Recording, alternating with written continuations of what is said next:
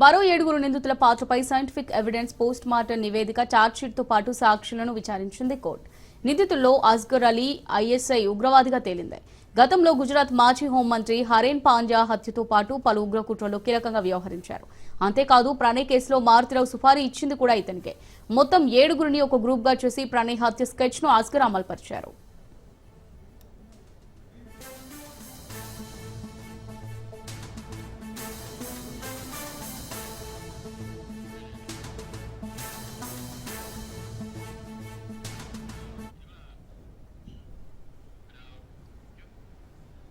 ఇక కోర్టు విచారణ సమయంలో అనారోగ్య సమస్యలు ఉన్నందున శిక్ష తగ్గించాలని నిందితులు వేడుకున్నారు.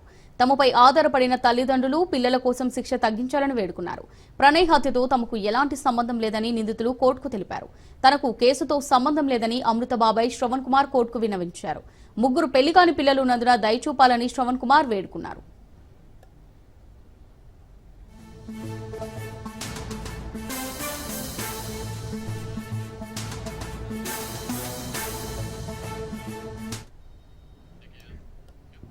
ఇక 6 నిందితులకు జీవిత ఖైదు శిక్ష ఖరారు కావడంతో కోర్టు ప్రాంగణంలో శ్రవణ్ భార్య పిల్లలు కన్నీటి పర్యంతమయ్యారు. తీవ్ర భావోద్వేగంలో పోలీసులతో వాగ్వాదానికి దిగారు. ఈ ఎపిసోడ్ కి అంతా అమృతనే కారణమని కుటుంబ సభ్యులు ఆరోపిస్తున్నారు. ఇక దీనికి సంబంధించి మరిన్ని డీటెయిల్స్ రిపోర్టర్ పవన్ లైవ్ ద్వారా అందిస్తారు. పవన్, మరి కోర్టు ప్రాంగణంలో చూసుకున్నట్టయితే శ్రవణ్ కుటుంబ సభ్యులు ఆందోళన చేస్తున్నట్టుగా తెలుస్తుంది. అమృతనే దీనికి అంతటికి కారణం, ఏ తప్పు చేయలేదు శ్రవణ్ అని చెప్పి వాళ్ళు పోలీసులతో వాగ్వాదానికి దిగినట్టుగా తెలుస్తోంది. మరి దీన్ని ఏ విధంగా చూడొచ్చు అంటారు? దీనికి సంబంధించి డీటెయిల్స్ ఏంటి? మొత్తంగా చూస్తే కోర్టు తీర్పు తర్వాత శ్రవణ్ కుమార్ సంబంధించిన వారి కుటుంబ సభ్యులు పోలీసులతో వాగ్వాదానికి కూడా దిగారు. ఈ కేసులో అమృత సంబంధించిన నేపథ్యంలోనే పూర్తిగా శ్రావణ్ని కేసులో ఇరికించారని మాత్రం ప్రధానంగా ఆమె పోలీసులతో కూడా వాగ్వాదానికి దిగింది. అయితే అమృత యొక్క ప్రేమ వివాహం చేసుకోకుంటే మాత్రం ఇదంతా కూడా ఇన్ని సమస్యలు వచ్చి ఉండేవి కాదని చెప్పి కూడా ప్రధానంగా ఇటు కుటుంబ సభ్యులు కూడా పెద్ద ఎత్తున పోలీసులతో కోర్టు ఆవరణలోనే వాగ్వాదానికి కూడా దిగారు. దీనికి సంబంధించి కూడా పూర్తిగా పోలీసులు అక్కడ పటిష్టమైన భద్రత కూడా ఏర్పాటు చేశారు. మొత్తానికి ఈ యొక్క ఎపిసోడ్ని చూస్తే మాత్రము ప్రధానంగా ఇందులో ఈ యొక్క 8 మంది పైన కూడా పోలీసులు 302, 120B ఐపీసీ సెక్షన్ కింద, మరోవైపు 109, 1989 సెక్షన్ ఆ యొక్క ఐపీసీ ఇండియన్ ఆర్మ్ యాక్ట్ కింద కూడా కేసు కూడా నమోదు చేశారు. అయితే ఇందులో ప్రధానంగా చూస్తే 8 మంది పైన కూడా కేసు నమోదు చేశారు. మొదటిగా A1గా మారుతిరావు అంటే ఈ యొక్క అమృతరావు సంబంధించిన తండ్రి, A2గా సుభాష్ శర్మ, ఇతని పైన కూడా గతంలో అనేక కేసులు కూడా ఉన్నాయి. మాజీ హోంమంత్రి అరుణ్ పాండేకి సంబంధించిన హత్య కేసులో కూడా చాలా కీలకమైన పాత్ర కూడా పోషించారు. అంతేకాకుండా A3గా అస్గర్ అలీ, ఇతని ఒక ఉగ్రవాదిగా తెలుస్తుంది. గుజరాత్ సంబంధించిన పేలుల్లో కూడా ఇతని పాత్ర ఉన్నట్లుగా దీనికి సంబంధించి ఒక ఛార్జ్షీట్లో కూడా పేర్కొన్నారు. మరోవైపు A4గా అబ్దుల్ భారీ అంటే అలీకి సంబంధించిన అస్గర్ అలీకి సంబంధించి అతని స్నేహితుడిగా తెలుస్తుంది. మరోవైపు చూస్తే మాత్రము A5గా కరీం, వీరంతా కూడా ఒకే గ్యాంగ్గా తెలుస్తుంది. మరోవైపు A6గా శ్రావణ్ అంటే మాత్రము మారుతిరావు యొక్క సోదరుడు శ్రావణ్ రావుగా దీనికి సంబంధించి కూడా మనము ఈ యొక్క కేసులో కూడా చూడొచ్చు. మరోవైపు A7గా శివ, A8గా నదీం, వీరంతా కూడా దీనికి సంబంధించి పోలీసులు కూడా అరెస్ట్ చేశారు. వీరంతా కూడా దీనికి సంబంధించి జైలు కూడా పంపించారు. అయితే మొదటగా చూస్తే మాత్రము ఇక జనవరి 18 సంవత్సరంలో అమృత ప్రణయ్ మాత్రం కులాంతర వివాహం చేసుకున్నారు. అప్పటి నుంచి కూడా మారుతిరావు యొక్క వివాహాన్ని కూడా ఒప్పుకోలేదు, ఎప్పటికప్పుడు అడ్డుకుంటూ వస్తున్నారు. అయితే 2018 సంవత్సరము సెప్టెంబర్ 14న అమృత అప్పటికే యొక్క ప్రెగ్నెన్సీ కూడా ఉన్న నేపథ్యంలో ఆ యొక్క ప్రణయ్ తన మదర్తో పాటు అమృతను కూడా హాస్పిటల్ కూడా తీసుకొచ్చారు. హాస్పిటల్ తీసుకొచ్చిన నేపథ్యంలో ఒక్కసారిగా మాటు వేసిన ఈ యొక్క అందరూ కూడా సుభాష్ శర్మ ఒక్కసారిగా గొడవలతో ప్రణయ్ పైన కూడా అందరూ చూస్తుండగానే ఈ యొక్క దాడికి కూడా పాల్పడ్డారు. దాడికి పాల్పడిన నేపథ్యంలోనే అతను అక్కడికక్కడే చనిపోయారు. దీంతో పోలీసులు కూడా కేసు నమోదు చేసిన దాని తర్వాత కేసుకు సంబంధించి పూర్తిగా ఇన్వెస్టిగేషన్ కూడా నల్గొండ ఎస్పీ అప్పటి రంగనాథ్ కూడా కేసును చాలా ఛాలెంజింగ్గా తీసుకొని సీసీ కెమెరాస్ కావచ్చు, అంతేకాకుండా వీరు ఫోన్లో మాట్లాడిన ఫోన్ కాల్ సంబంధించి ఒక కాల్ లిస్ట్ కావచ్చు, వీరు పారిపోయిన తర్వాత మారుతిరావు వీరికి షెల్టర్ ఇవ్వడం కావచ్చు, దీనికి సంబంధించి అన్ని కోణాలు కూడా దర్యాప్తు చేశారు. దర్యాప్తు చేసి మారుతిరావుతో సహా A8గా ఉన్న నదీం అందరినీ కూడా అరెస్ట్ చేసి జైలుకు పంపించిన దాని తర్వాత ఈ కేసుకు సంబంధించి పూర్తిగా ట్రయల్ కూడా స్టార్ట్ అయింది. 1600 పేజీలకు సంబంధించి ఒక ఛార్జ్షీట్ను కూడా కోర్టులో దాఖలు చేసిన నేపథ్యంలో చూస్తే వీరికి మధ్యలో ఒక బెయిల్ కూడా వచ్చింది. మారుతిరావు కూడా బెయిల్ వచ్చిన దాని తర్వాత అతను ఆత్మహత్యకు కూడా పాల్పడ్డాడు. ఎందుకంటే ఆ యొక్క జైలు నుంచి బయటకు వచ్చిన దాని తర్వాత పూర్తిగా డిప్రెషన్లోకి కూడా వెళ్ళిపోయారు. డిప్రెషన్లోకి వెళ్ళిపోయిన దాని తర్వాత దీనికి సంబంధించి అతడు యొక్క ఆత్మహత్యకు కూడా పాల్పడ్డాడు. దాని తర్వాత ఏటుగా సుభాష్ శర్మ ఇతను దీనికి సంబంధించి మాత్రము అతనిపైన గతంలో కేసులు ఉన్నాయి. కేసుల నేపథ్యంలో అతను ఇప్పటికీ సబర్మతి జైల్లో ఉన్నాడు. మిగతా సంబంధించిన వారంతా కూడా ఇప్పటికే బెయిల్ పైన కూడా బయటకు వచ్చారు. మరోవైపు చూస్తే మాత్రం ఇందులో ఒక మారుతీరావు ఇప్పటికే దీనికి సంబంధించి ఆత్మహత్య చేసుకునే నేపథ్యంలో ఏటుగా ఉన్న సుభాష్ శర్మకు మాత్రం ఉరిశిక్ష వేస్తూ మధ్యంతర ఉత్తర్వులు కూడా జారీ చేసింది. మరోవైపు చూస్తే ఏ 3 నుంచి A8 వరకు ఉన్న మిగతా వారందరికీ కూడా యావజ్జీవ కారాగార శిక్ష వేస్తూ ఉత్తర్వులు జారీ చేసింది. ఉత్తర్వులు జారీ చేసిన నేపథ్యంలో వీరంతా కూడా దీనికి సంబంధించి కోర్టును కూడా విన్నవించుకున్నారు. తమ అనారోగ్యంతో బాధపడుతున్నాం కాబట్టి తమ కుటుంబ సభ్యులు చిన్న పిల్లలు ఉన్నారు, వారి కుటుంబ పోషణ కూడా కొంత కష్టతరం అవుతుంది. మరోవైపు ఇందులో యావజ్జీవ కారాగార శిక్ష తగ్గించాలని చెప్పి కూడా కోర్టును కూడా వారు కోరారు. కానీ కోర్టుకు సంబంధించి ఇప్పటికీ దీనిపైన ఎలాంటి నిర్ణయం కూడా తీసుకోలేదు. ఒక నిర్ణయం కావాలంటే వీరు మళ్ళీ కోర్టుకి ఒక పిటిషన్ వేసుకోవాల్సిన అవసరం కూడా ఉంటుంది. దానిపైన మరొకసారి దీనికి సంబంధించి కోర్టు దృష్టికి తీసుకెళ్ళిన దాని తర్వాత కోర్టు యొక్క పిటిషన్ను యాక్సెప్ట్ చేస్తారా లేకపోతే రిజెక్ట్ చేస్తారా అనేది మాత్రం ఇంకా వేచి చూడాల్సిన పరిస్థితి కూడా కనిపిస్తుంది. ఓవరాల్గా మాత్రము ఇంకా తీర్పుకు సంబంధించి ప్రణయ్ కుటుంబ సభ్యులు కొంత సంతృప్తి చెందిన, ఎందుకంటే మిగతా వారందరూ కూడా యావజ్జీవ కారాగార శిక్ష పడింది, వారికి కూడా ఉరి శిక్ష పడితే బాగుండేది అనేది మాత్రము ప్రధానంగా దీనికి సంబంధించి కుటుంబ సభ్యులు కూడా ప్రణయ్ కుటుంబ సభ్యులు కూడా కోరుతున్నారు.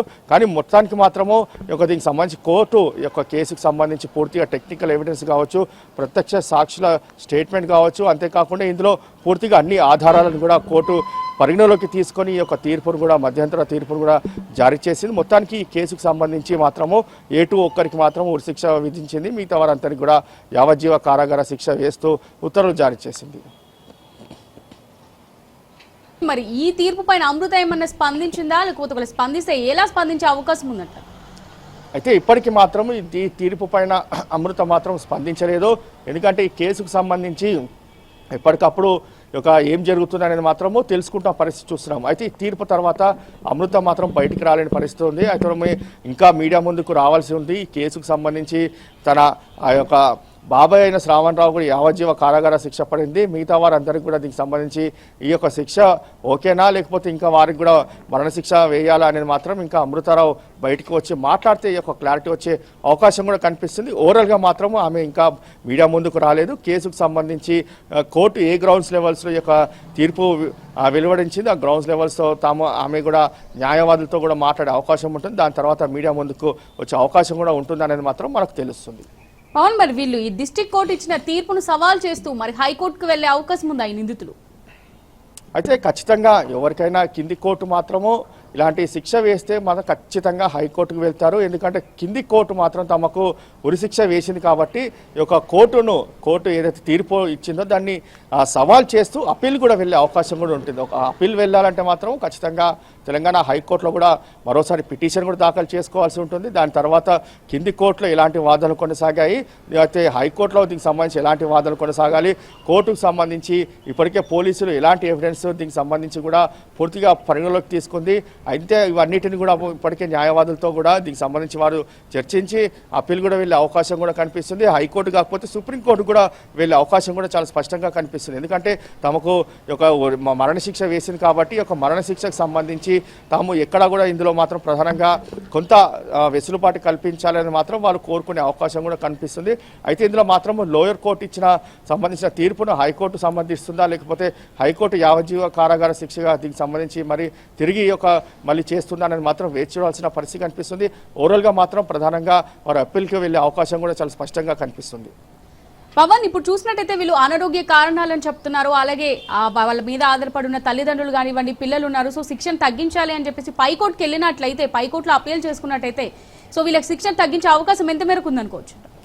అయితే హైకోర్టు కూడా వీళ్ళు పిటిషన్ దాఖలు చేసిన దాని తర్వాత వారి కుటుంబ సభ్యులకు సంబంధించి వివరాలు అడుగుతుంది. వారికి ఎలాంటి అనారోగ్య సమస్యలు ఉన్నాయి, అంతేకాకుండా వారి కుటుంబ సంబంధించి ప్రజెంట్ పరిస్థితి ఎలా ఉంది దానిపైన కూడా పూర్తిగా ఆరా తీస్తుంది. దానిపైన వాదన కూడా కొనసాగిస్తున్న నేపథ్యంలో ఇది వీరికి సంబంధించిన చెప్పినవన్నీ కూడా నిజమా లేదా అనేది మాత్రం పరిగణలోకి తీసుకుంటుంది. పరిగణలోకి తీసుకున్న దాని తర్వాత నిజంగానే అనారోగ్య సమస్యలు ఉన్న వారి కుటుంబ సభ్యుల్లో ఇతను ఒక్కడే పనిచేసి పోషణకు సంబంధించిన నేపథ్యంలో పూర్తిగా కుటుంబము యొక్క వెసులుబాటు అంటే కుటుంబం సంబంధించి కుటుంబ పోషణ కొనసాగాలన్న ఇతనే దీనికి సంబంధించి A3 నుంచి A8 వరకు ఎవరైతే ఉన్నారో వీరు పనిచేస్తేనే కుటుంబ పోషణ ముందుకు వెళ్తుందా అన్నీ కూడా పరిగణలోకి తీసుకున్న దాని తర్వాత ఎలాంటి నిర్ణయం తీసుకుంటుందని మనం చూడాల్సిన పరిస్థితి కనిపిస్తుంది. ఎందుకంటే ఓవరాల్గా ప్రతి ఒక్కరు కూడా కింది కోర్టు సంబంధించిన తీర్పు పూర్తిగా తమకు అనుకూలంగా లేకపోతే కంపల్సరిగా పైకోర్టుకు కూడా వెళ్తారు.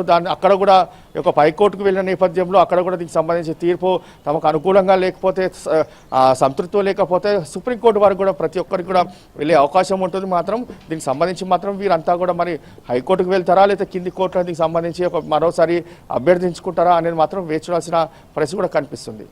రైట్ పవన్, మరి ఈవినింగ్ లోపు చూసుకున్నట్టయితే అమృత ప్రణయ్ కానీ లేకపోతే ప్రణయ్కి సంబంధించి వాళ్ళ కుటుంబ సభ్యులు కానీ మీడియా ముందుకు వచ్చే అవకాశాలు ఏమైనా ఉన్నాయంటారు?